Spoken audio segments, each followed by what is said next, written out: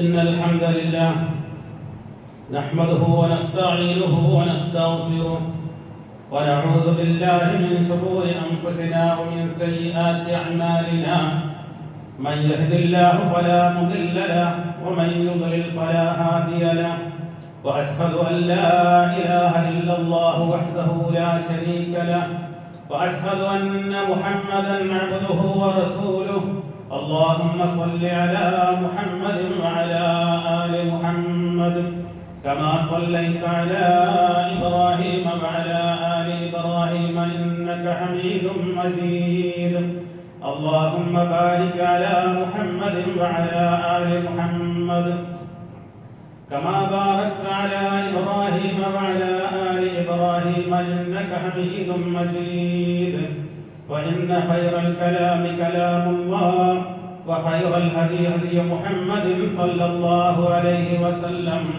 وشر الأمور محدثاتها وكل محدثة بدعة وكل بدعة ضلالة وكل ضلالة في النار يا أيها الذين آمنوا اتقوا الله حق تقاته ولا تموتن إلا وأنتم مسلمون أعوذ بالله من الشيطان الرجيم بسم الله الرحمن الرحيم ولئن سألتهم من خلق السماوات والأرض وسخر الشمس والقمر ليقولن الله فأنى يؤفكون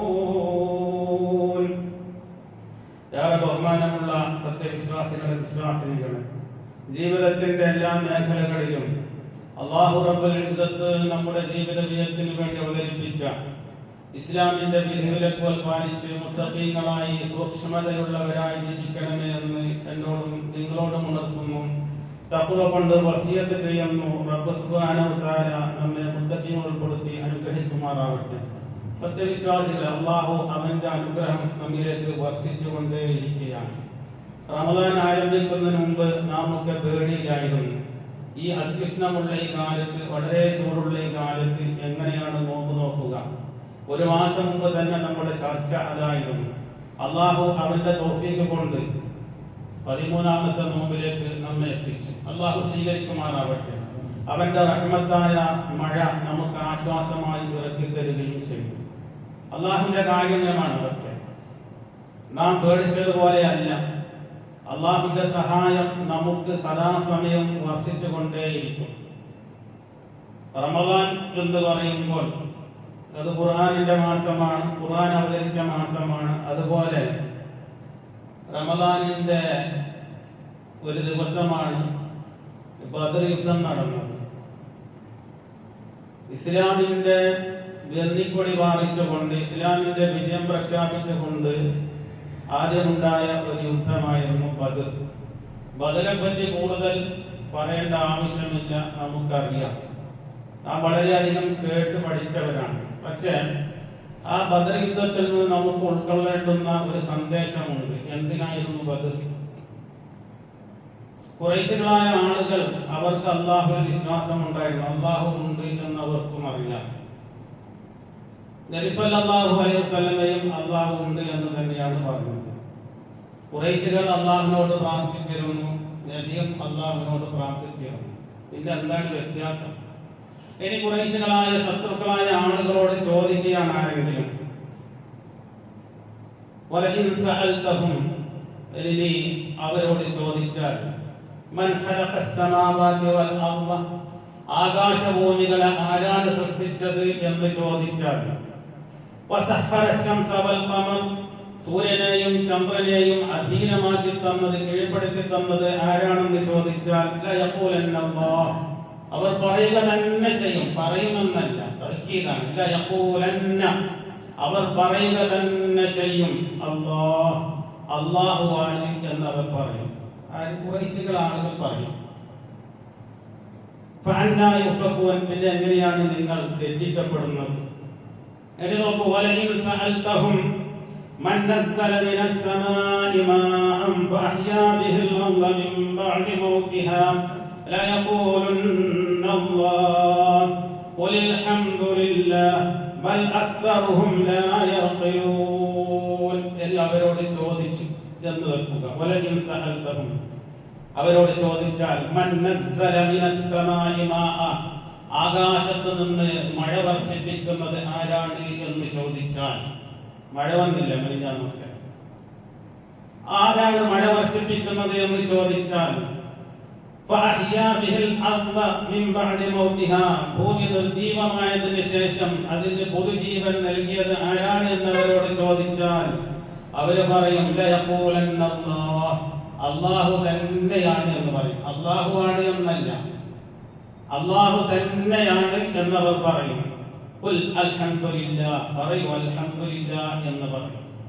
ബൽ അക്തറുഹും ലാ യഖിലൂൻ പക്ഷേ അധികം ആളുകളും കൂടുതൽ ആളുകളും ലാ യഖിലൂൻ അവർക്ക് അഖിലില്ല എന്ന് ബുദ്ധി കൊടുത്ത് ചിന്തിക്കുന്നില്ല എന്നർത്ഥം.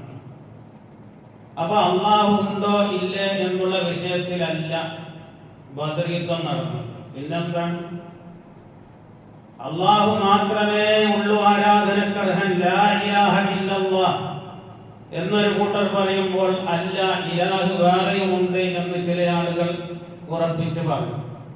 ആ കാരണത്തിലാണ് ബദർ യുദ്ധം നടന്നത്. അല്ലാഹു ഇലാഹാണ് എന്ന് തർക്കമില്ല ആർക്കും, ഖുറൈശികൾക്കും തർക്കമില്ല. അല്ലാഹുവിനെ ഇബാദത്ത് എടുക്കണം എന്നതിൽ തർക്കമില്ല. ഇലാഹ് അല്ലാഹു ആണ് എന്നതിൽ തർക്കമില്ല. എന്താണ് പിന്നെ തർക്കം? ഇലാഹായിട്ട് അല്ലാഹു മാത്രമേ ഉള്ളൂ, വേറെ ആരും ഇവിടെ ഇലാഹില്ല, ആരാധനക്കർഹൻ മറ്റൊന്നുമില്ല എന്ന് മുഹമ്മദ് നബി സല്ലല്ലാഹു അലൈഹി വസല്ലം പ്രബോധനം ചെയ്തപ്പോൾ അല്ല അല്ലാഹു ഇലാഹാണെന്ന് ഞങ്ങൾ സമ്മതിക്കുന്നു, മഴ വർഷിപ്പിക്കുന്നത് അല്ലാഹുവാണ്, ജീവൻ തരുന്നത് അല്ലാഹുവാണ്, മരണപ്പെടുത്തുന്നത് അല്ലാഹുവാണ്, ആകാശഭൂമികളെ സൃഷ്ടിച്ച് പരിപാലിക്കുന്നവൻ അല്ലാഹുവാണ്, സൂര്യചന്ദ്രാദികളെ കീഴ്പ്പെടുത്തി തന്നവൻ അല്ലാഹുവാണ്, എല്ലാം അല്ലാഹുവാണ്. പക്ഷേ ഇലാഹ് പറയുന്നുണ്ട്, ആരാധനക്കർഹൻ പറയുന്നുണ്ട്. ഞങ്ങളുടെ മാപ്പകാരണന്മാർ മുൻഗാമികൾ പഠിപ്പിച്ചു തന്ന കുറെ ആളുകളുണ്ട് കഅബയിൽ. അവരുടെയൊക്കെ വിഗ്രഹങ്ങൾ ഉണ്ടായിരുന്നു, 360-ലേറെ വിഗ്രഹങ്ങൾ ഉണ്ടായിരുന്നു. അതിൽ ഏറ്റവും പ്രധാനപ്പെട്ടത് ലാത്ത, ഉസ്സ, മനാത്ത എന്നൊക്കെയുള്ള വിഗ്രഹങ്ങൾ ഉണ്ടായിരുന്നു. അവരൊക്കെ മുൻകാലത്ത് ചരിത്രാതീത കാലത്ത് മറഞ്ഞുപോയ മഹാന്മാരുടെ സങ്കല്പങ്ങളാണ് എന്നും പറയപ്പെടുന്നു. അതുകൊണ്ട് ഞങ്ങൾ അവരെ വിളിച്ച് പ്രാർത്ഥിക്കും, അവർക്ക് നേർച്ച വഴിപാടുകൾ നടത്തും. അത് പാടില്ല എന്ന് പറയാൻ നിനക്കെന്താണ്? അങ്ങനെയാണ് ബദർ യുദ്ധം ഉണ്ടാകാൻ അതിന്റെ സാഹചര്യം അങ്ങനെയാണ്. ഇത് പറഞ്ഞത് നിമിത്തം അല്ലാഹു റസൂലിനെയും സഹാബത്തിനെയും അവർ മക്കയിൽ നിന്ന് പലായനം ചെയ്യേണ്ടുന്ന അവസ്ഥയിലേക്ക് എത്തിച്ചു. ക്രൂരമായ മർദ്ദനങ്ങൾക്ക് വിധേയമാക്കി. സഹാബത്തിന് സഹിക്കാവുന്നതിലും അപ്പുറമായി അല്ലാഹുവിന്റെ കൽപ്പന പ്രകാരം ഹിജ്റ പോയി. പല സ്ഥലങ്ങളിലേക്കും ഹിജ്റ പോയിട്ടുണ്ട്. അവസാനം മക്കയിൽ നിന്ന് മദീനയിലേക്ക് ഹിജ്റ പോകേണ്ടത് എല്ലാം ത്യജിച്ചു കൊണ്ടുപോയി. യാത്ര പോയി എന്നല്ല, എല്ലാം വിട്ടെറിഞ്ഞു കൊണ്ടുപോയി എന്ന് ത്യജിച്ചുകൊണ്ട് പോയി. അങ്ങനെ മദീനയിലെത്തി നബി സല്ലല്ലാഹു അലൈഹി വസല്ലം സഹാബത്തും സ്വസ്ഥമായ ഒരു ജീവിതത്തിലൂടെ കടന്നു പോകുമ്പോഴാണ് ഖുറൈശികൾക്ക് ഒരു ആലോചന വരുന്നത്. മുഹമ്മദ് മക്ക വിട്ട് മദീനയിലേക്ക് പോയിരുന്നു. അവൻ അവിടെ കരുത്താർജിച്ചു കൊണ്ടിരിക്കുകയാണ്, അംഗബലം കൂടിക്കൊണ്ടിരിക്കുകയാണ്. ഇങ്ങനെയാണെങ്കിൽ വളരെ അടുത്ത ഭാഗത്തിൽ തന്നെ മക്കയെ ആക്രമിക്കുവാൻ വരാനുള്ള എല്ലാ സാധ്യതകളും ഉണ്ട്. അതിനെ നാം മുളയിലെ നുള്ളിക്കളയണം, അതിന് നാം അനുവദിച്ചുകൂടാ എന്നവർ തീരുമാനിച്ചു. അതിന് ഫണ്ട് വേണം, യുദ്ധം ചെയ്യുവാൻ ഫണ്ട് വേണം, ആവശ്യമുണ്ട്. അതിനെന്ത് ചെയ്യും? സിറിയയിലേക്ക് കച്ചവടത്തിന് പോകാൻ തീരുമാനിച്ചു അബൂ സുഫിയാന്റെ നേതൃത്വത്തിൽ. നബി സല്ലല്ലാഹു അലൈഹി വസല്ലമയും സഹാബത്തും മക്കയിൽ ഉപേക്ഷിച്ചു വന്ന സ്വത്തുക്കളൊക്കെ ഉണ്ടായിരുന്നു. അതൊക്കെ മൂലധനമായി കരുതി അങ്ങനെ അവർ സിറിയയിലേക്ക് യാത്ര പുറപ്പെട്ടു. ഹിജ്റ 2-ാം വർഷം ജുമാദുൽ അവ്വൽ മാസത്തിൽ വിവരമറിഞ്ഞ നബിയും സഹാബത്തും ഈ കച്ചവട സംഘം പോയി ലാഭത്തോടുകൂടി തിരിച്ചു വന്നാൽ അത് യുദ്ധഫണ്ടായി തീരുകയും നമുക്കെതിരെ ആയുധങ്ങളായി ഉപയോഗിക്കപ്പെടുമെന്ന് മനസ്സിലാക്കിയ അല്ലാഹു റസൂൽ സല്ലല്ലാഹു അലൈഹി വസല്ലം അല്പം സഹാബികളെയും കൂട്ടി ഈ കച്ചവട സംഘത്തിന്, സിറിയയിലേക്ക് പോകുന്ന കച്ചവട സംഘത്തെ പിടിക്കുവാൻ വേണ്ടി തുനിഞ്ഞു പുറപ്പെട്ടു. പക്ഷേ വിവരം എങ്ങനെയാ അറിഞ്ഞ അബൂ സുഫ്യാൻ സിറിയയിലേക്ക് രക്ഷപ്പെട്ടു കളഞ്ഞു. 15 ദിവസത്തോളം ഇവർ അന്വേഷിച്ച് അണിഞ്ഞു നടന്നു, അല്ലാഹുവിന്റെ റസൂലും സഹാബത്തും. പക്ഷേ ഇവരെ കിട്ടിയില്ല. അങ്ങനെ മാസങ്ങൾക്ക് ശേഷം ജമാഅത്തുൽ ആഖിറും റജബും ശഅബാനും ഒക്കെ കഴിഞ്ഞ് റമദാൻ മാസത്തിൽ അവരിങ്ങനെ തിരിച്ചു വന്നുണ്ട് എന്നുള്ള വാർത്ത കിട്ടിയപ്പോൾ ആ വർഷം തന്നെയാണ് റമദാനിലെ നോമ്പ് നിർബന്ധമാക്കിയത്. ഹിജ്റ 2-ാം വർഷമാണ്. സഹാബത്ത് നോമ്പുകാരാണ്. അങ്ങനെ വിവരം കെട്ടി ഇവർ തിരിച്ചു വരുന്നുണ്ട് എന്ന് അപകടം മനസ്സിലാക്കിയ നബി സല്ലല്ലാഹു അലൈഹി വസല്ലമ അല്പം സഹാബികളെയും കൂട്ടി 300-ൽ പരം സഹാബികളെയും കൂട്ടി അവർ യുദ്ധത്തിന് പുറപ്പെട്ടതല്ല. ഈ ചെറിയ കച്ചവട സംഘത്തെ പിടിക്കുവാൻ വേണ്ടി, തങ്ങളുടെ നഷ്ടപ്പെട്ടു പോയ സ്വത്ത് തിരിച്ചു പിടിക്കുവാൻ വേണ്ടിയും തങ്ങൾക്കെതിരെ വരുന്ന യുദ്ധസന്നാഹങ്ങൾ ഇല്ലാതാക്കാൻ വേണ്ടിയുമാണ് പോയത്. വിവരം എങ്ങനെയോ മണത്തറിഞ്ഞ അബൂ സുഫിയാൻ മക്കയിലേക്ക് ആളയച്ചു. ലംലമത്തുൽ ഗിഫാരി എന്ന ആളയച്ചു. ലംലമ പോയി മക്കയിൽ പറഞ്ഞു, ഇതാ നിങ്ങളുടെ സ്വത്തും മുതലും പിടിച്ചെടുക്കുവാൻ മുഹമ്മദും ആളുകളും വന്നിരിക്കുന്നു, വേഗം പുറപ്പെട്ടോളി എന്ന് പറഞ്ഞു. ഇത് കേട്ട ആഹ്വാനം കേട്ട അബൂജഹലും ആളുകളും 1000-ഓളം ആളുകളും എല്ലാവിധ യുദ്ധസന്നാഹങ്ങളുമായി അവർ പുറപ്പെട്ടു. അബൂ സുഫിയാൻ ചെങ്കടലിന്റെ ഭാഗത്തുകൂടി രക്ഷപ്പെടുകയും ചെയ്തു. അബൂ സുഫിയാൻ വിവരം അറിയിച്ചു. മക്കയിൽ നിന്ന് അവർ പുറപ്പെട്ടിരുന്നു. അബൂജഹലും ആളുകളും അബൂ സുഫിയാൻ ദൂതനെ വിട്ട് അറിയിച്ചു, നിങ്ങൾ ഇനി വരേണ്ടതില്ല, ഞങ്ങൾ രക്ഷപ്പെട്ടിരിക്കുന്നു, അതുകൊണ്ട് തിരിച്ചു പോവുക എന്ന് പറഞ്ഞു. അബൂജഹൽ അതിന് സമ്മതിച്ചില്ല. അങ്ങനെ നാം ഇതൊരു പ്രാവശ്യം വെറുതെ വിട്ടു കഴിഞ്ഞാൽ അവൻ വീണ്ടും യുദ്ധത്തിന് പുറപ്പെടും, നാം എളിഭരായിത്തീരും, അതുകൊണ്ട് നാം എന്തായാലും പോകും, യുദ്ധം നടന്നില്ലെങ്കിലും നാം അവിടെ താമസിക്കും, നാം അവിടെ നൃത്തമാടും, മദ്യപിക്കും, വിജയ ആഹ്ലാദങ്ങൾ അവിടെ ഉദ്ഘോഷിക്കുമെന്ന് പറഞ്ഞുകൊണ്ട് അവരൊക്കെ പുറപ്പെട്ടു. നബി സല്ലല്ലാഹു അലൈഹി വസല്ലം യുദ്ധത്തിന് പോയ ആളല്ല. സഹാബത്തും അങ്ങനെ സാധാരണ അവരുടെ കയ്യിൽ ഉണ്ടാകുന്ന ഒരു ആളുകളല്ലാതെ മറ്റൊന്നുമില്ല, ആയുധങ്ങളായിട്ട്. അതും എല്ലാവരുടെ കയ്യിലും ഇല്ല, പട്ടിണിപ്പാവങ്ങളാണ്. ഏതായാലും ആവട്ടെ, യുദ്ധം നടന്നു. പര്യവസാനം നമുക്കൊക്കെ അറിയാം, മുസ്ലിങ്ങൾക്ക് അള്ളാഹു വമ്പിച്ച വിജയം തന്നു. ഈ ദിവസത്തിന് അള്ളാഹു വിശേഷിപ്പിച്ചത് യൗമുൽ ഫുർഖാൻ എന്നാണ്. ഖുർആനിലെയും അള്ളാഹു വിശേഷിപ്പിച്ചത് ഫുർഖാൻ എന്നാണ്. സത്യവും അസത്യവും വിവേചിക്കുന്നത്, സത്യമേതാണ് അസത്യമേതാണ് എന്നറിയിക്കുന്നത് എന്ന്. ബദർ യുദ്ധത്തിലെയും അങ്ങനെ തന്നെയാണ് യൗമുൽ ഫുർഖാൻ. ഖുർആനിന്റെ ദിവസം, സത്യാസത്യ വിവേചനത്തിന്റെ ദിവസം എന്നാണ് അള്ളാഹു ഈ ബദറിനെ പറ്റി പറഞ്ഞത്. അപ്പം ഈ സത്യവും അസത്യം വിവേചിച്ച് അറിയാൻ വേണ്ടി, അത് ബോധ്യപ്പെടുത്താൻ വേണ്ടി ചെയ്ത ഒരു യുദ്ധം. അള്ളാഹു പറഞ്ഞില്ലേ, അധികം ആളുകളും ബുദ്ധിയില്ല, ബുദ്ധി കൊടുത്താലോ. ആളുകൾ ഇന്ന് ബദർ ദിനം എന്ന് പറയുമ്പോൾ എന്തോ പ്രത്യേകമായ ആഘോഷങ്ങൾ നടത്തുന്നു, പ്രത്യേകമായ ആചാരങ്ങൾ നടത്തുന്നു.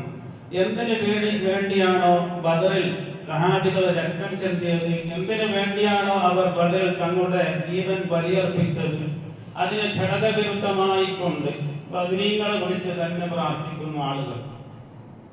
അവിടെയാണ് കൂടുതൽ ആളുകളും ചിന്തിക്കുന്നില്ല എന്ന് അള്ളാഹു പറഞ്ഞു. കൂടുതൽ ആളുകളും ഇത് എന്തിനാണ് ഇത്, അള്ളാഹുണ്ട് എന്ന് പറഞ്ഞതിനാണ്. ഖുറൈശികൾക്ക് അള്ളാഹുണ്ട് എന്നുള്ള ബോധം ഉണ്ടായിരുന്നു, സൃഷ്ടിക്കുന്നത് അള്ളാഹു ആണെന്നുള്ള ബോധം. പിന്നെ ആരാധനകൾ, പ്രാർത്ഥനകൾ, നേർച്ചകൾ, വഴിപാടുകൾ എല്ലാം അള്ളാഹുവിന് വേണ്ടി മാത്രം എന്ന് പറഞ്ഞതിന് വേണ്ടിയാണ് ശത്രുക്കൾ മുസ്ലിങ്ങളെ ആക്രമിക്കാൻ വേണ്ടി വന്നത്. ഇതിൽ നിന്ന് നമുക്ക് ഈ ബദർ യുദ്ധവുമായി ബന്ധപ്പെട്ട് നമുക്ക് ഒരുപാട് കാര്യങ്ങൾ പഠിക്കാനുണ്ട്. ഒന്നാമതായി, വിശ്വാസികൾക്ക് അള്ളാഹുവിൽ നിന്നുള്ള സഹായം ലഭിക്കും. വിശ്വാസികളാണ് കുറച്ച് വിശ്വസിക്കണം, അള്ളാഹു നമ്മെ സഹായിക്കണം. ബദറിൽ അള്ളാഹുവിന്റെ സഹായം ഉണ്ടായിട്ടുണ്ട്. മലക്കളെ അയച്ച് അള്ളാഹു സഹായിച്ചു, ധൈര്യം നൽകി അള്ളാഹു സഹായിച്ചു. ക്ഷീണിച്ച അവശരായി വന്ന അവർക്ക് ആശ്വാസം നൽകിക്കൊണ്ട് നമുക്ക് വിരിഞ്ഞാൽ മഴ തന്നില്ല അള്ളാഹു എന്നതുപോലെ അവർക്കും അള്ളാഹു മഴ നൽകി. വെള്ളത്തിന്റെ കാര്യം ശരിയായി സഹായിച്ചു. ശത്രുക്കളുടെ മനസ്സുകളിൽ മുസ്ലിങ്ങളെ പറ്റി ഭയം അള്ളാഹു ഇട്ടുകൊടുത്തു. അള്ളാഹുവിന്റെ സഹായമാണ്. മുസ്ലിങ്ങളുടെ ദൃഷ്ടിയിൽ ശത്രുക്കളെ വളരെ കുറച്ചായി കാണിക്കപ്പെട്ടു. നോക്കുമ്പോൾ കുറച്ച് ആളുകൾ ഉള്ളത് പോലെയാണ് അവർക്ക് തോന്നിയത്. കുറച്ചാളില്ല, പ്രശ്നമില്ല, അങ്ങനെ തോന്നി. അങ്ങനെ പല സഹായങ്ങളും ലഭിച്ചു. കുടുംബ ബന്ധത്തെക്കാൾ ഈമാനികമായ തൗഹീദ്പരമായ ബന്ധമാണ് ഏറ്റവും വലുത് എന്ന് ബദർ യുദ്ധത്തിന്റെ ചരിത്രം പരിശോധിക്കുമ്പോൾ നമുക്ക് കാണാൻ സാധിക്കും. പിതാവ് മറുഭാഗത്താണ്, പുത്രൻ ഈ ഭാഗത്താണ്. പുത്രനായ സഹാബി പിതാവിന്റെ കഴുത്ത് വെട്ടുന്ന അവസ്ഥയിലേക്ക് എത്തി. കാരണം അവിടെ രക്തബന്ധത്തെക്കാൾ പ്രധാനം ആശയബന്ധമാണ്. നാമും അങ്ങനെ തന്നെയായിരിക്കണം. നമുക്കിടയിൽ നമ്മുടെ ആദർശം സ്വീകരിച്ച് ജീവിക്കുന്ന ഒരുപാട് ആളുകളുണ്ട്. പാപങ്ങളുണ്ട്, ആരും തിരിഞ്ഞു നോക്കാനില്ലാത്ത ആളുകളുണ്ട്. പക്ഷെ പല ആളുകളും ഖേദകരമെന്ന് പറയട്ടെ അവരെ പരിഗണിക്കാറില്ല. ഒരു സത്യമാണത്. പല ആളുകളും അങ്ങനെയാണ്. കുടുംബത്തിന് പരിഗണന നൽകണ്ട എന്നല്ല, പക്ഷെ ബന്ധം കൂടുതൽ. ഇന്നമൽ മുഅ്മിനൂന ഇഖ്വ, മുഅ്മിനീങ്ങൾ തമ്മിൽ സാഹോദര്യമുള്ളവരാണ്. അവ ആദർശ ബന്ധമാണ് ഏറ്റവും വലുത്. അബൂബക്കർ സിദ്ദീഖ് റളിയല്ലാഹുവിന്റെ മകൻ ശത്രുപക്ഷത്തായിരുന്നു ആ സമയം. അദ്ദേഹം പിന്നീട് പറയുന്നുണ്ട് അബൂബക്കർ റളിയല്ലാഹുവിനോട്, പല പ്രാവശ്യം യുദ്ധമുഖത്ത് നിങ്ങളെ നേരിടേണ്ടി വന്നു, ബാപ്പയാണെന്ന് കരുതി ഞാൻ മാറിപ്പോയതാണ് എന്ന്. അബൂബക്കർ റളിയല്ലാഹു പറഞ്ഞു, എന്റെ കണ്ണിൽ നിന്നെ ഞാൻ കണ്ടിട്ടില്ല, കണ്ടിരുന്നുവെങ്കിൽ നിന്നെ ഞാൻ കൊന്നുകളയുമായിരുന്നു. ആദർശബന്ധമാണ് ഏറ്റവും വലുത്. നൂഹ് നബി അലൈഹി സ്വലാത്തു വസ്സലാമിനോട് രക്ഷപ്പെട്ടു പോകുവാൻ, നീയും നിന്റെ അഹ്ലും രക്ഷപ്പെട്ടു പോകൂ എന്ന് അല്ലാഹു കൽപ്പിച്ചു. ആരായിരുന്നു നൂഹ് നബി അലൈഹി സ്വലാത്തു വസ്സലാമിന്റെ അഹ്ല്? വിശ്വാസികളായ ആളുകളായിരുന്നു. സ്വന്തം ഭാര്യ ആ കൂട്ടത്തിലില്ല, മകൻ ആ കൂട്ടത്തിലില്ല, അഹ്ലിലില്ല. അല്ലാഹു പറഞ്ഞു അവൻ നിന്റെ അഹ്ലിൽപ്പെട്ടവനല്ല എന്ന്. അപ്പൊ ആദർശബന്ധമാണ് ഏറ്റവും പ്രധാനപ്പെട്ടത് എന്ന് ബദറിന്റെ സന്ദേശത്തിലൂടെ നമുക്ക് വായിച്ചെടുക്കാൻ സാധിക്കും. യുദ്ധവേളയിലും ഉയർത്തിപ്പിടിക്കേണ്ടത് അള്ളാഹുവിന്റെ കലിമത്തിനെ തന്നെയാണ്. ഏത് അവസരം വന്നാലും നാം ഉയർത്തിപ്പിടിക്കേണ്ടത് അള്ളാഹുവിന്റെ കലിമത്താണ്. സഹാബികൾ പറഞ്ഞുകൊണ്ടേയിരുന്നു അഹദ് അഹദ്, അള്ളാഹു ഏകനാണ് ഏകനാണ്. ഏകത്വം അവർ പറഞ്ഞുകൊണ്ടേയിരുന്നു. യുദ്ധത്തിലുടനീളം അവർ പറഞ്ഞുകൊണ്ടേയിരുന്നു. വിജയിക്കാനുള്ള വലിയ കാരണം പ്രാർത്ഥനയായിരുന്നു എന്ന് നബി സല്ലല്ലാഹു അലൈഹി വസല്ലം പ്രാർത്ഥിച്ചു അള്ളാഹുവിനോട്, അള്ളാഹു ഈ ചെറിയ സംഘത്തെ നീ പരാജയപ്പെടുത്തിയാൽ പിന്നീട് ഭൂമുഖത്ത് നിന്നെ ആരാധിക്കുന്ന ആളുകൾ ഉണ്ടാവില്ല. പ്രാർത്ഥന അള്ളാഹു സ്വീകരിച്ചു. വിശ്വാസികളുടെ പ്രാർത്ഥന, തൗഹീദ് ഉള്ളവരുടെ പ്രാർത്ഥന അള്ളാഹു സ്വീകരിച്ചു. അബൂജഹലും പ്രാർത്ഥിച്ചത് അള്ളാഹുവിനോട് തന്നെയാണ്. സന്നിഗ്ധ ഘട്ടം വരുമ്പോൾ, അപകടകരമായ എന്നിൽ രക്ഷയുമില്ല എന്നുള്ള ഘട്ടം വരുമ്പോൾ അക്കാലത്തുള്ള മുശ്രിക്കുകളായ ആളുകൾ പോലും പ്രാർത്ഥിച്ചിരുന്നത് അള്ളാഹുവോട് മാത്രമായിരുന്നു. അവർ കടലിലൂടെ ഇങ്ങനെ സഞ്ചരിക്കുമ്പോൾ വലിയ തിരമാലകൾ വന്ന് അവരുടെ കപ്പലുകൾ മുങ്ങിപ്പോകുമെന്ന് ഭയപ്പെട്ടാൽ അവർ ദീന മുഴുവനും അള്ളാഹുവിനാക്കിക്കൊണ്ട് അള്ളാഹുവിനോട് മാത്രം പ്രാർത്ഥിച്ചിരുന്നു. അബൂജഹലടക്കമുള്ള ആളുകൾ. ഇന്നത്തെ ആളുകളോ, മുസ്ലിങ്ങൾ എന്ന് പറയുന്ന ആളുകളോ, ബഹുഭൂരിപക്ഷം എന്ന് പറയുന്ന ആളുകളോ ധാരാളമാണ്, എണ്ണം കൂടുതൽ ഞങ്ങളാണ് എന്ന് പറയുന്ന ആളുകളോ, അള്ളാഹു പറഞ്ഞിട്ടുണ്ട് അധികം ആളുകളും അബ്ദലില്ലാഹി, അള്ളാഹു നമുക്ക് ചെറിയ അബ്ദൽ തന്നു. അതിൽ നാം കൂടുതൽ അള്ളാഹുവിനോട് നന്ദിയുള്ളവരാവുക, ശുക്റുള്ളവരാവുക. വിജയിക്കണം, സഹായം തേടണം, അള്ളാഹുവിനോട് സഹായം തേടണം. ഇഖ്ലാസ് വേണം. എല്ലാത്തിനും വേണ്ടത്, എല്ലാത്തിനും ഉപരിയായി നമുക്ക് വേണ്ടത് ഇഖ്ലാസാണ്. ഇഖ്ലാസ് ഇല്ലാത്ത ഒരു കർമ്മങ്ങളും അള്ളാഹു സ്വീകരിക്കുകയില്ല.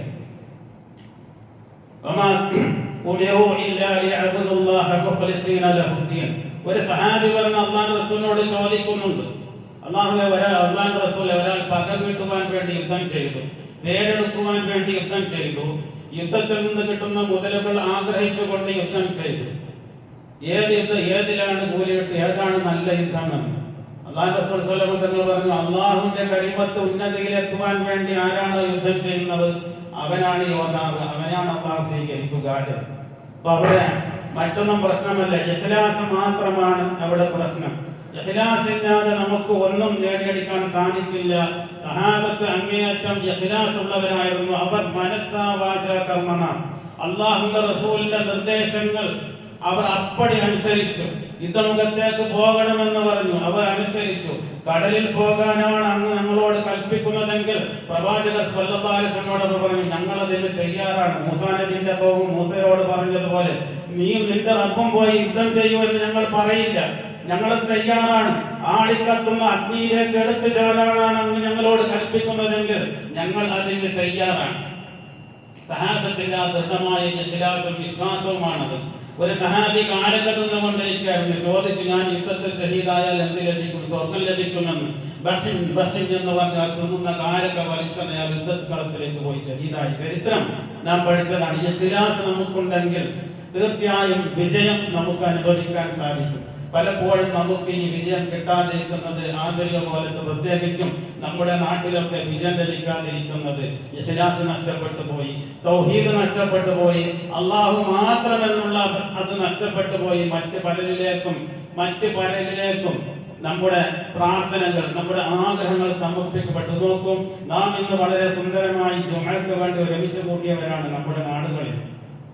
നമ്മുടെ ഇന്ത്യകൾ തമ്മിലുള്ള യൂറോപ്യൻ സംഭാലിലൊക്കെ പള്ളികൾ പൊളിത്തീൻ കൊണ്ട് മൂടിയിരിക്കുകയാണ്, ഭരണകൂടം മൂടിയിരിക്കുകയാണ്, ജുമയുടെ സമയം മാറ്റിയിരിക്കുകയാണ്, സർക്കുലർ പുറപ്പെടുവിച്ചിരിക്കുകയാണ്.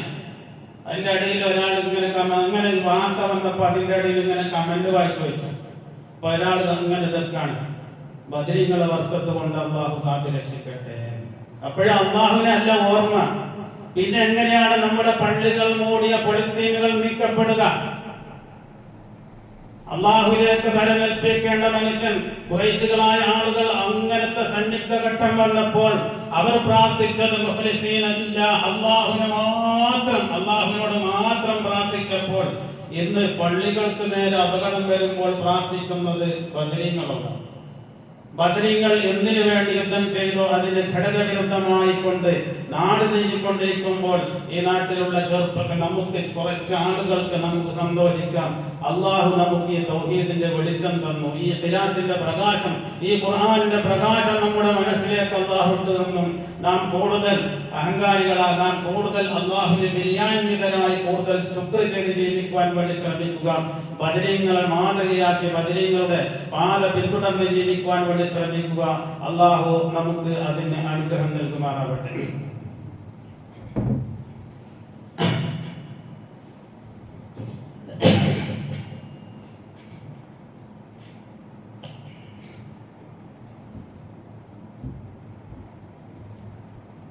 الحمد لله رب العالمين.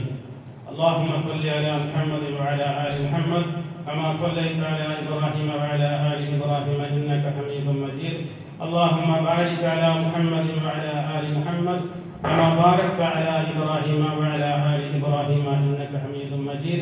يا أيها الذين آمنوا اتقوا الله حق تقاته ولا تموتن إلا وأنتم مسلمون. സത്യവിശ്വാസികളെ, ഒരിക്കൽ കൂടി അള്ളാഹുവിനെ തഖ്വ ചെയ്ത് ജീവിക്കണമെന്ന് എന്നോടും നിങ്ങളോടും വളരെ ഗൗരവത്തിൽ ഉണർത്തുന്നു. അള്ളാഹു മുത്തഖീങ്ങളിൽ, മുഖ്ലിസുകളിൽ, മുവഹ്ഹിദുകളിൽ ഉൾപ്പെടുത്തി നമ്മൾക്ക് അനുഗ്രഹിക്കുമാറാവട്ടെ. ഖുർആനിന്റെ മാസമാണിത്. ബദരീങ്ങൾ ഈ ഖുർആൻ നിലനിൽക്കുന്നതെന്ന് കാണുവാൻ വേണ്ടി പോരാടി രക്തസാക്ഷിത്വം വരിച്ചവരാണ്. ബദരീങ്ങളുടെ മാർഗമാണ് നാം അവലംബിക്കുന്നത് എങ്കിൽ, സഹാബത്ത് റളിയല്ലാഹു അൻഹു രണ്ട് സഹോദരങ്ങളുണ്ടെങ്കിൽ എല്ലാ ദിവസവും ഖുർആൻ ക്ലാസ്സിലേക്ക് പോകുവാൻ സാധിക്കില്ല. നബി സല്ലല്ലാഹു അലൈഹി വസല്ലമയുടെ ക്ലാസ്സുകൾ നടന്നുകൊണ്ടേയിരിക്കും മദീനയിലെ പള്ളിയിൽ. അവർ ഊഴം വെച്ച് ഒരാൾ ഇന്ന് ജോലിക്ക് പോകും, മറ്റേയാൾ ക്ലാസ്സിൽ പോകും, ഖുർആൻ പഠിക്കാൻ പോകും.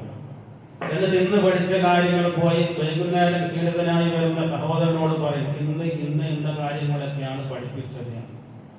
അടുത്ത ദിവസം മറ്റേയാൾ പോകും, ക്ലാസ്സിന് പോകും, ഖുർആൻ പഠിക്കാൻ പോകും, നബി സല്ലല്ലാഹു അലൈഹി വസല്ലമയുടെ അരികിലേക്ക് പോകും. അങ്ങനെ അവർ ഊഴം വെച്ച് പഠിച്ചിരുന്നു.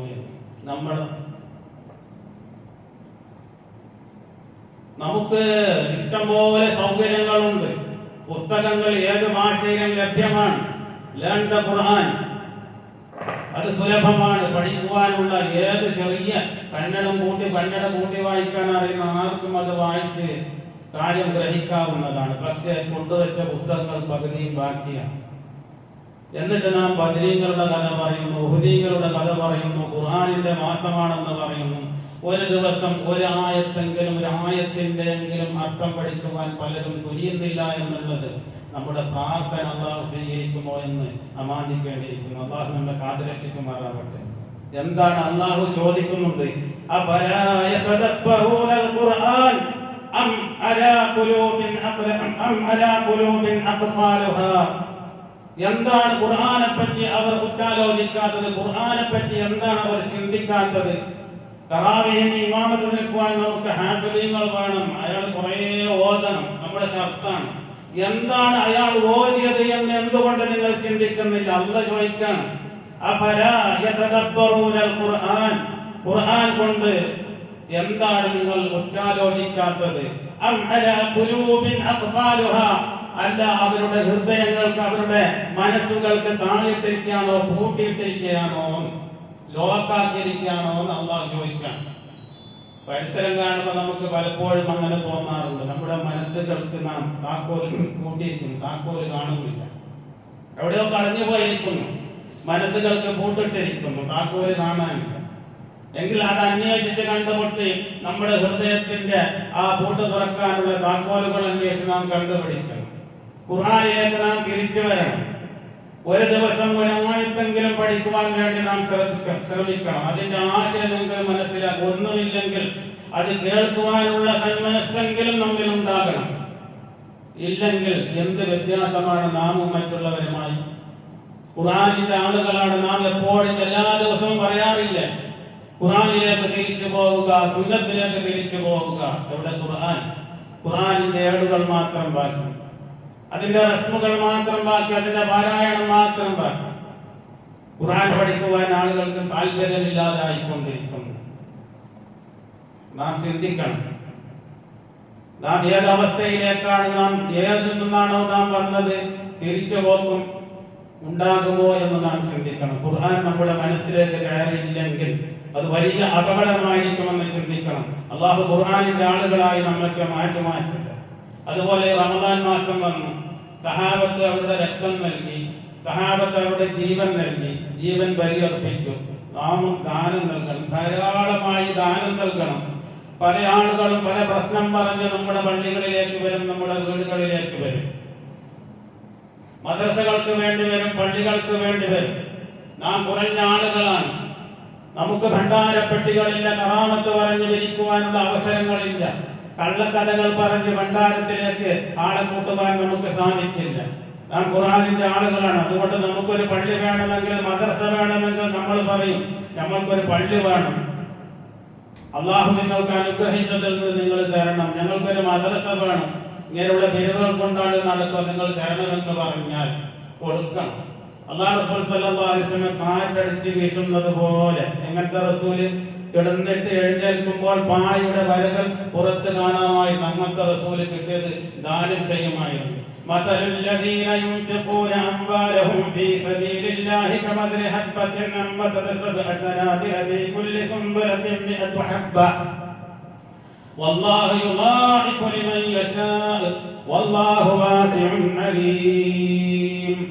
അല്ലാഹുവിന്റെ മാർഗ്ഗത്തിൽ ചെലവഴിക്കുന്നവരുടെ ഉദാഹരണം അത് ഒരു വിത്ത് പോലെയാകുന്നു. ആ വിത്ത് മുളച്ച് 7 കതിരുകളായി, ഓരോ കതിരിലും 100 വീതം മണികളുണ്ടായി, വിത്തുകളുണ്ടായി, 700 അപ്പം എന്നതുപോലെയാണ്. അള്ളാഹു ഇരട്ടിപ്പിച്ച് നൽകുക. അള്ളാഹു നമുക്ക് കൂടുതൽ നൽകും.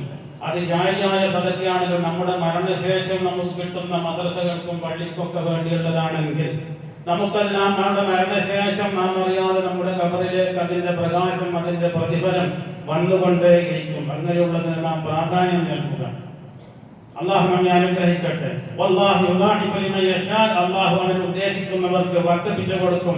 വല്ലാഹു വാസിഉൻ അലീം, അള്ളാഹു വളരെ വിശാലമായി നൽകുന്നവനും എല്ലാം അറിയുന്നവനുമാണ്. അവിടെ നാം ഖുർആനിലേക്ക് വരണം, ഖുർആൻ പഠിക്കണം, നാം ദാനധർമ്മങ്ങൾ നിർവഹിക്കണം. മറ്റൊരു കാര്യം വളരെ പ്രാധാന്യത്തോടെ ഉണർത്താനുള്ളത്, റമദാൻ എന്നുള്ളത് എത്ര തിന്നാൻ കഴിയും എന്നുള്ള തീറ്റ മത്സരത്തിന്റെ മാസമല്ല എന്ന് മനസ്സിലാക്കണം. തീറ്റ മത്സരത്തിന്റെ രാത്രികളിൽ മുഴുവനും ടൗണുകളിൽ ഫുഡ് സ്ട്രീറ്റുകൾ ഇങ്ങനെ തിന്നു തന്നെ, ആണും പെണ്ണും വകഭേദമില്ലാതെ. എന്നിട്ട് അതിന്റെ ഫോട്ടോകൾ എടുത്ത് ഇങ്ങനെ ഇടുകയാണ്. ഇന്ന സ്ഥലത്ത് പോയി, ഇന്ന തട്ടുകടയിൽ പോയി, ഇത് കഴിച്ചു അത് കഴിച്ചു എന്ന്. മംഗലാപുരം പോയാലും ഉണ്ടാകും. എല്ലാ സ്ഥലങ്ങളിലും സ്ട്രീറ്റ് ഫുഡുകളിൽ രാത്രി റമദാൻ സ്പെഷ്യൽ. എന്നിട്ട് റമദാനിൽ നമുക്ക് നേടേണ്ടുന്ന ആത്മീയ ശൈത്യത്തിന് പകരം ശാരീരികമായ പല അവശതകളും രോഗങ്ങളും സമ്മാനമായി വാങ്ങിക്കൊണ്ടിരിക്കുകയാണ്. ഒരു ആശുപത്രിയിലേക്ക് പോക്കാണ്, ആവശ്യമില്ലാതെ പൈസ കയറ്റി. റമദാന്റെ രാത്രി മുഴുവൻ ഇങ്ങനെ തിന്നു നടക്കണമെന്ന് ഏത് ഇസ്ലാമാണ് നമ്മോട് പഠിപ്പിച്ചത്? റമദാനിന്റെ പകൽ ഏതെങ്കിലും ഒരു നേരം ഭക്ഷണം ഇല്ലാത്തത് കൊണ്ട് രാവിലത്തെ ബ്രേക്ക്ഫാസ്റ്റ് അതിന് പകരമായി നാം അത്താഴത്തിന് കഴിക്കുന്നുണ്ട്. പിന്നെ ഉച്ചക്കത്തെ ഒരു ഭക്ഷണമാണ്. മാര്യമായ ഉടനെ നാം അതിലേറെ തിന്നുന്നുണ്ട്. എന്നിട്ടും ഇത് പോരാഞ്ഞ് രാത്രി മുഴുവൻ യുവാക്കളും യുവതികളും ഒക്കെ ഇങ്ങനെ നടക്കുകയാണ്. ഭക്ഷണം, ആഹാരത്തിന്റെ ഉത്സവമാണ്. ഫുഡ് ഫെസ്റ്റിവൽ പോലെയാണ് എല്ലാ ദിവസവും ടൗണുകളിൽ. പോകരുത്, നമ്മുടെ യുവാക്കൾ ആരും പോകരുത്. അങ്ങനെ പോയാൽ ഈ റമദാന്റെ ഹുർമത്തിനെ നിങ്ങൾ വലിച്ചു ചിന്തുന്നവരാണ്. നിങ്ങൾക്ക് ആത്മീയമായി ചൈതന്യം നഷ്ടപ്പെടും. അതോടൊപ്പം തന്നെ ചികിത്സയില്ലാത്ത രോഗം. ഇത് തിന്നിട്ട് ഒരു വസ്ത്രപ്പൂ വലാത്തുസരിപ്പൂ, നിങ്ങൾ തിന്നോളി, കൊടുത്തോളി, വലാത്തുസരിപ്പൂ, നിങ്ങൾ ഇസ്രാഫാക്കരുത് എന്ന് അല്ലാഹു പറഞ്ഞു. വീട്ടിൽ നിന്ന് നമ്മുടെ ഉമ്മ, നമ്മുടെ ഭാര്യ, നമ്മുടെ പെങ്ങൾ വെച്ച് തരുന്ന ഭക്ഷണത്തിനേക്കാൾ ഏറ്റവും പോഷകാഹാരമുള്ളത് ഏതാണ്? അതിനോടൊപ്പം അവരുടെ പ്രാർത്ഥനയുണ്ട്. ഉമ്മ നമുക്കൊരു ഭക്ഷണം തരുമ്പോൾ അതിനോടൊപ്പം ഒരു പ്രാർത്ഥനയുണ്ട്. പ്രാർത്ഥനയുണ്ട്. മറ്റോ തരുമ്പോൾ പ്രാർത്ഥനയില്ല, ഓർക്ക് വേണ്ടിയുള്ള പ്രാർത്ഥനയാണ്. നമ്മുടെ ഭാര്യ നമുക്കൊരു ഭക്ഷണം തരുമ്പോൾ അതിനോടൊപ്പം അവരുടെ പ്രാർത്ഥനയുണ്ട്. നമ്മുടെ പെങ്ങളൊരു ഭക്ഷണം വെച്ച് തരുമ്പോൾ അതിനോടൊപ്പം ഉള്ളൊരു പ്രാർത്ഥനയുണ്ട്. ഇതിങ്ങനെ നടക്കുകയാണ് എല്ലാ രാത്രികളിലും. അതിന് കുറെ യുവാക്കൾ ഇങ്ങനെ ഗുംപായി പോയിട്ട് ഓരോ സ്ട്രീറ്റുകളിൽ പോയിട്ട് ഇന്നപ്പുറത്ത് അവിടെ വേറുണ്ട്, ഇവിടെ വേറെ ഉണ്ട്, ഇങ്ങനെ പോയിക്കൊണ്ടേയിരിക്കുക. അള്ളാഹു കാണുന്നുണ്ടൊക്കെ. ഈ മുസ്ലിമീങ്ങൾ അള്ളാഹു ഒരിക്കലും ഇഷ്ടപ്പെടുകയില്ല എന്ന് വളരെ ഗൗരവത്തോട് ഉണർത്തുന്നു. അള്ളാഹു ഈ റമദാൻ മാസം നമുക്ക് ഗുണകരമായി സാക്ഷ്യം പെടുത്തണം. അതിനുവേണ്ടി നാം പ്രാർത്ഥിക്കണം. അള്ളാഹു ഈ റമദാൻ നമുക്ക് ഗുണകരമായി സാക്ഷി നിൽക്കുന്ന മാസം ഉൾപ്പെടുത്തി അനുഗ്രഹിക്കുമാറാവട്ടെ. നമ്മിൽ നിന്ന് വന്നുപോയ എല്ലാ തെറ്റുകുറ്റങ്ങളും അള്ളാഹു നമുക്ക് വിട്ടുപുറത്ത് മാപ്പാക്കി തരുമാറാവട്ടെ. നാം അറിഞ്ഞും അറിയാതെയും ചെയ്ത എല്ലാ കുറ്റങ്ങളും ഇനിയൊരിക്കലും തിരിച്ചു ചെയ്യാൻ കഴിയാത്ത വിധം അള്ളാഹു നമ്മിൽ നിന്ന് നീക്കിക്കളയുമാറാവട്ടെ. നമ്മുടെ തൗബ അള്ളാഹു സ്വീകരിക്കുമാറാവട്ടെ. നമ്മൾ മരണപ്പെട്ടു പോയവർക്ക് അള്ളാഹു മഗ്ഫിറത്തും മർഹമത്തും നൽകി അനുഗ്രഹിക്കുമാറാവട്ടെ. സഹാബത്തിന്റെ നിസ്സലമതങ്ങളുടെ പിന്നിൽ അണിനിരന്ന് പോരാടിയ സഹാബത്തിന്റെ ബദരീങ്ങളുടെ പാത പിന്തുടർന്ന് തൗഹീദിന് വേണ്ടി പ്രവർത്തിക്കുവാൻ അള്ളാഹു നമ്മേവർക്കും തൗഫീഖ് നൽകി അനുഗ്രഹിക്കുമാറാവട്ടെ. അല്ലാഹുമ്മ ഗ്ഫിർ ലിൽ മുഅ്മിനീന വൽ മുഅ്മിനാത്ത് വൽ മുസ്ലിമീന വൽ മുസ്ലിമാത്ത് അൽ അഹ്യാഇ മിൻഹും വൽ അംവാത്ത് ഇന്നക മുജീബുദ് ദഅവാത്ത് ആമീൻ ബിറഹ്മതിക യാ അർഹമർ